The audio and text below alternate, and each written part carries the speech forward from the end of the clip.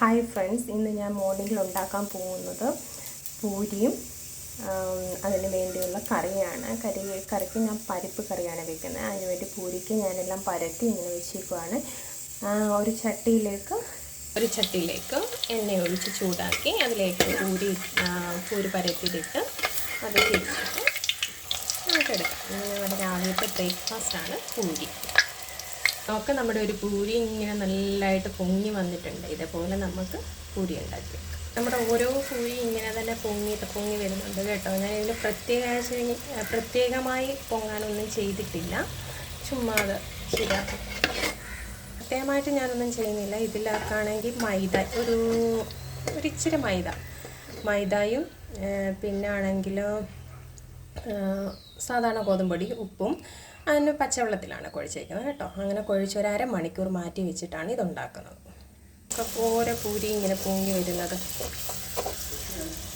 അങ്ങനെ നമ്മുടെ ലാസ്റ്റ് പൂരി ഉണ്ടാക്കി കഴിഞ്ഞു. പിന്നെ പൂരിയുടെ പ്രിപ്പറേഷൻ കഴിഞ്ഞു. ഇനി നമുക്ക് കറിയിലേക്ക് പോകാം.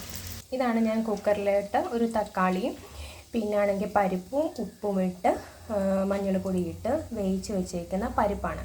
അതിന് വേണ്ടി നമുക്കിനി കറി ഉണ്ടാക്കാനായിട്ട്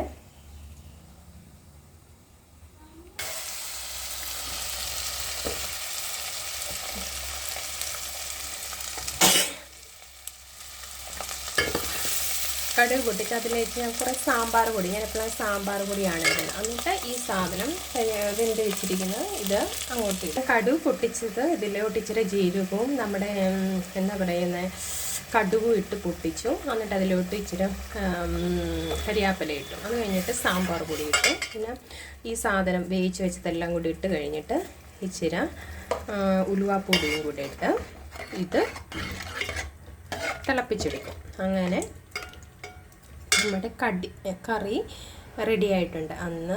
ഇപ്പം ഞങ്ങൾക്ക് മോർണിംഗിലേക്കുള്ള കറിയും പൂരിയും റെഡി. ഓക്കെ, ഇതാണ് പൂരിയും കറി റെഡി. ഞങ്ങൾ കഴിക്കാൻ പോവുകയാണ്. അപ്പം എൻ്റെ ദക്ഷിക്കുട്ടൻ ടേസ്റ്റ് ചെയ്ത് ബ്രേക്ക്ഫാസ്റ്റ് കഴിക്കുന്നതായിരിക്കും. ഓക്കെ,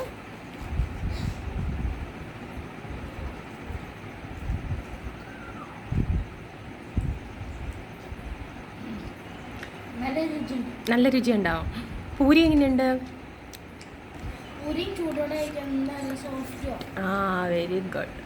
ഓക്കെ, അങ്ങനെ ഞങ്ങളുടെ ബ്രേക്ക്ഫാസ്റ്റ് ഇന്നത്തെ റെഡി. Okay, thank you. എല്ലാവരും ഇത് വാച്ച് ചെയ്യണം, ഷെയർ ചെയ്യണം, കമൻറ്റ് ചെയ്യണം. Thank you.